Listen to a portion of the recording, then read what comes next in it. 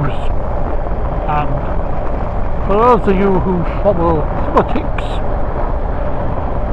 I was listening to an interview by Peter Mandelson. Now, he was one of the bigwigs in the Tony Blair government. He's now been made a lord, and there's been some controversy over his appointment to become the ambassador to the United States.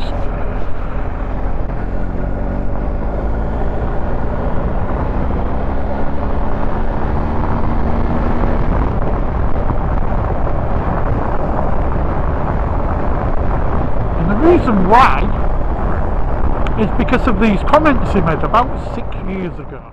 With an American president who is little short of a white nationalist and racist.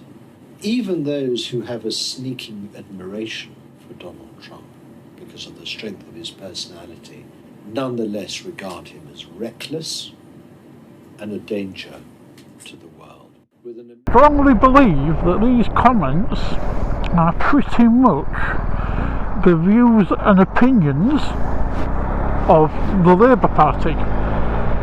You only have to look at the comments made by David Lammy. Well, we're marching because we are standing in solidarity with many Americans and communicating our huge disapproval with this president.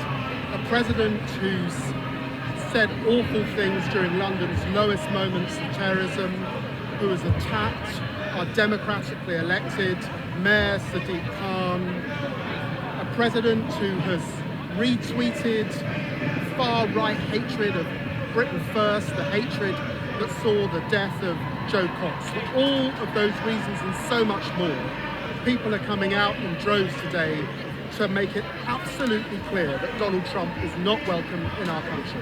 I don't think any of us could have believed that a man full of such bile, such hatred, such evil would get his hands on what at its best is the beacon of freedom in the world. And so this presidency is worse than any of us could ever have imagined. It's obviously a disaster for the United States, but it's a huge disaster for the international community as he tears up climate change, as he reintroduces tariffs, as he says no to the UN and their human rights regime. I think that Theresa May has been terribly humiliated today. She has looked like an appeaser, a sycophant, as someone she should rightly condemn for his statements today in The Sun, his statements about Britain, his statements about our mayor. She should condemn it instead of holding his hands. Trump should not be meeting our great monarch. He should not be meeting the Queen. He doesn't deserve it. The offer of this trip was premature in the first place. It's a huge embarrassment to us. It's a huge embarrassment to her. We protest and we march in numerous ways, and satire and humour's one of those ways. So I welcome that balloon that really sends up this president and reveals him for what he is. You have described him as, and I quote, a neo-Nazi sympathising sociopath. You also labelled him a, and I quote, tyrant in a toupee. How does that set up a relationship for you and potentially him if he wins the US presidential election? You're going to struggle to find any politician who has not had things to say about Donald Trump in his first term, particularly on Twitter. You have described him as Sadiq Khan.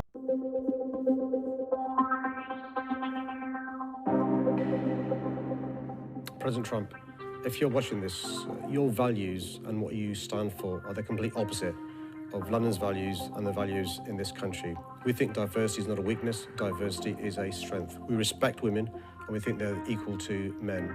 We think it's important to safeguard the rights of all of us, particularly the vulnerable and the marginalised. When you are the president of the USA, you have a massive leadership role. You have a massive platform as well. People follow what you do. What we've seen over the last few years in the USA is a rolling back of much of the progress made in previous decades. It's really important we continue to move forwards. What we're seeing in the USA is a rolling back of the reproductive rights of women. We've got a situation now where some states in the USA are making it almost impossible for women to have the rights to have an abortion. One has to look at the history books to realise the consequences of women not having the right to choose over their own body. What we can't afford to do is return to backstreet abortions. What we can't afford to see is a return to the situation in decades where you had women having no control over their bodies. It's really important we support women in the USA. The fight for gender equality shouldn't just be a fight for women and girls. All of us should be feminists, and that means men and boys too. It was Malala Yousafzai, the Nobel Prize winner, who said, how can all of us benefit when half of us are held back? That's why it's all our interests to be feminists. If you believe that it's wrong that there's gender inequality, if you believe it's wrong that women are less than men, if you believe it's wrong that women are still discriminated against in 2019, then you're a feminist.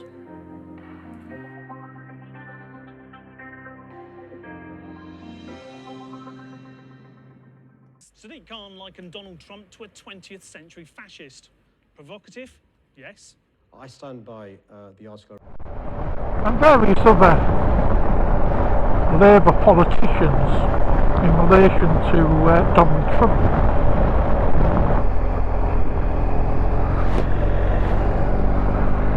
Now 6 years ago, Mandelson pretty much, well in fact he didn't pretty much, he did. He called Trump a white nationalist and a racist.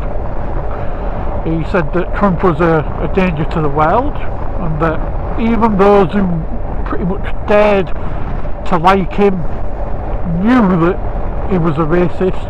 The problem the Labour Party has got at the moment is they are now in government, so they cannot just sit on the opposition benches and say stuff like this, write articles like this, because they're now the government. When they was on the opposition benches, they had that kind of anonymity where they was able to say pretty much what they wanted, call who they wanted racists, call who they wanted white supremacists, far right, etc, etc, etc, with the safe knowledge that they didn't have to deal with Donald Trump. Now it's a different story altogether. So I was quite amazed really to watch an interview on Fox News where Mandelson pretty much says that he was pushed into saying these things on camera. Now Mandelson's saying that, you know, he likes Trump, he's good for the, you know, the world, etc, etc. I made those remarks 6 years ago, in 2019, led rather along this path by, I remember, an Italian journalist. I was being interviewed at the time. It was a time in Britain, by the way, which with very fraught politics, and there was high emotion about many things in Britain at that time.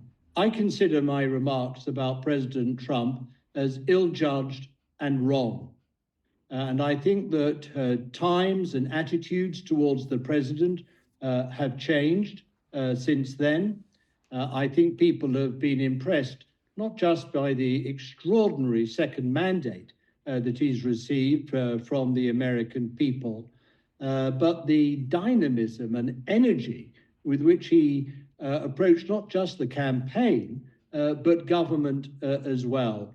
I think that he has won fresh respect. He certainly has from me, and that is going to be the basis of all the work I do as His Majesty's ambassador in the United States. Well, I've heard nothing from the president or the White House or anyone working for him that suggests that there's going to be any difficulty about my appointment. You know, I've been appointed as His Majesty the King's ambassador in the United States. You know, that means I'm both his and my country's representative in the US. And I think that as an experienced and long-standing friend of the US, as I am, I think that President Trump will look at my credentials and consider what's best for the relationship going forward. I think, you know, the president is a nice person. He's a fair-minded person. And that's why I feel quite confident that when, as I say, he does look at my credentials, he'll think, right, I think this guy could work well for both our countries and our special relationship. I think President Trump could become one of the most consequential American presidents I have known in my adult life. Why do I say that? Because there are so many threats and challenges the world is facing at the moment. It takes courage, somebody sometimes who's prepared to, you know, be argumentative and indeed disruptive, not just take business as usual and say, well, this is the way we've done things in the past, so let's just carry on doing what we always have done. I think something more and better and bigger is required in the world in the 21st century. And that's why I think that with the approach that he's taking to government, which frankly just seems to us in Britain so much more organized, it's so much more coherent, he seems to be so much clearer in what he wants to do, we take encouragement from that. That gives us greater confidence. So no, I don't accept those other views that have been put to you.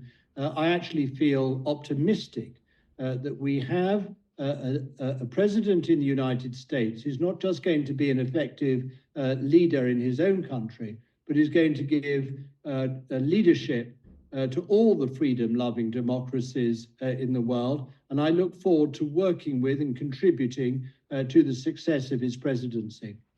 In reality, what Mandelson is doing is getting on his knees, sticking his tongue out and saying to Donald Trump,